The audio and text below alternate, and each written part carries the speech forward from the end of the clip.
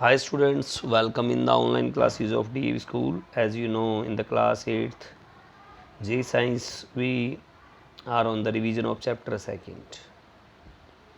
In the previous lecture, we complete part ABC of this lesson. Today, we start the part D. In the part D, question answer, we have ये first question हमने revise कर लिया था. Why are viruses considered as being the border line between living and non living things. तो दोबारा कर लेते हैं एक बार. Viruses behave like non living when it is outside the host. जब ये होस्ट के आउटसाइड में होते हैं तो वायरस क्या होता है, नॉन लिविंग की तरह व्यवहार करते हैं. Once a virus enters a host cell, जब होस्ट सेल में एंटर कर जाता है virus, it start behave like the living beings. तब ये एक लिविंग बींग, जीवित प्राणी की तरह व्यवहार करना स्टार्ट कर देता है. Due to this viruses are considered as border line between living and non living. इसलिए वायरसेस को कंसिडर किया जाता है बॉर्डर लाइन पर लिविंग और नॉन लिविंग की. What is fermentation? How is this process useful in food and beverage industries. And fermentation क्या होता है और किस तरह से ये हेल्पफुल है फूड और बेवरेज इंडस्ट्रीज में. An anaerobic process through which sugars are converted into alcohol और acids and carbon dioxide by the action of microbes is called fermentation. कोई अनारोबिक प्रोसेस के द्वारा शुगर को कन्वर्ट किया जाता है अल्कोहल और एसिड्स एंड कार्बन डाइऑक्साइड में माइक्रोब्स के एक्शन के द्वारा, वो उस प्रोसेस को फर्मेंटेशन कहते हैं. Fermentation is useful in the food and beverage industries in the various way. Some examples are as follows. इनका फूड और बेवरेज इंडस्ट्री में यूज़ करते हैं बहुत सारे अलग अलग तरीक़ों से. वो जो वेज हैं वो इस प्रकार से हैं.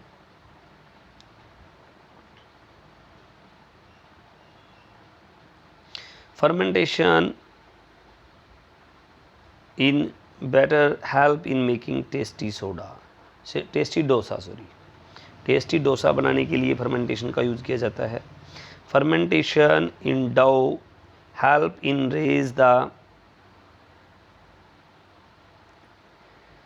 Raising the dough while making bread and cake. Bread और केक, आटे से ब्रेड और केक बनाने के लिए फर्मेंटेशन का यूज होता है.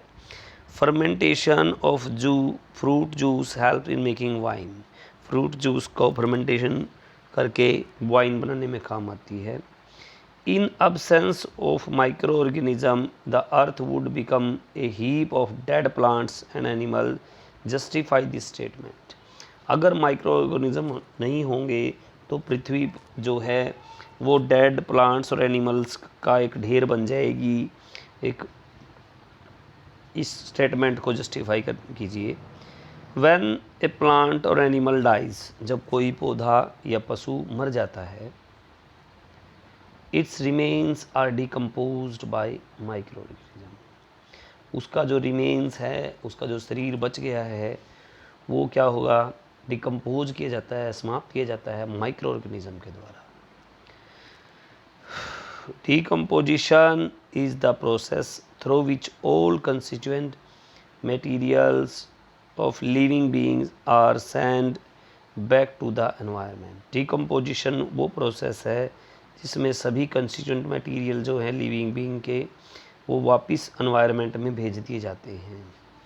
Had there been no microorganism, अगर माइक्रो ऑर्गेनिज्म नहीं होंगे, dead remains of plants and animals would be keeping on accumulating all around us. अगर माइक्रो ऑर्गेनिज्म नहीं होंगे तो जो डेड एनिमल्स हैं और प्लांट्स हैं वो हमारे चारों तरफ ऐसे ही पड़े रहेंगे.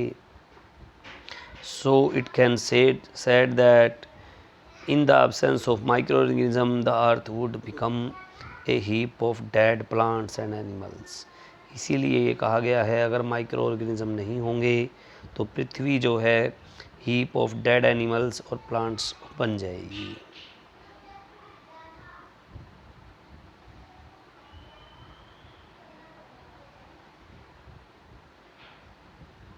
sorry.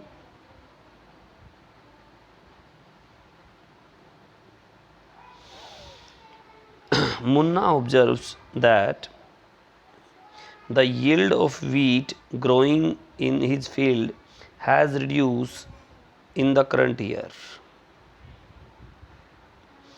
मुन्ना कोई इंसान है, उसने ये फील किया कि उसके खेत में जो गेहूं की फसल है इस साल कम हुई है.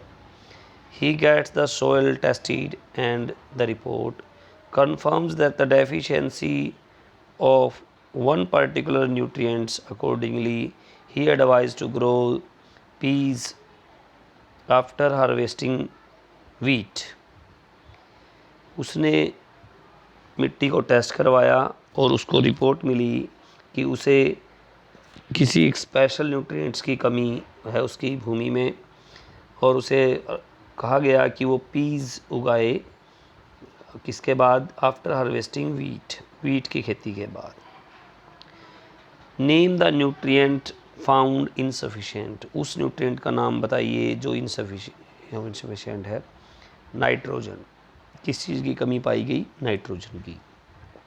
How do you think growing peas will help in replenishing the soil? Peas plants give shelter to the rhizobium bacteria. P plant जो है वो किसको हेल्प करता है? राइबोजियम बैक्टीरिया को शेल्टर प्रोवाइड करवाता है. These bacteria carry out nitrogen fixation in soil. ये बैक्टीरिया जो हैं नाइट्रोजन की कमी को दूर कर देते हैं मिट्टी में. 10 peas plant help in replenishing nitrogen in the soil. इसलिए मिट्टी में कम नाइट्रोजन की कमी को दूर करने के लिए पीज प्लांट को उगाना चाहिए. ओके, आज हम यहीं तक पढ़ेंगे. आज हमारी रिवीजन यहाँ तक पूरी हो गई है. आप इसको सीरियसली रीड करेंगे. Okay, thank you so much.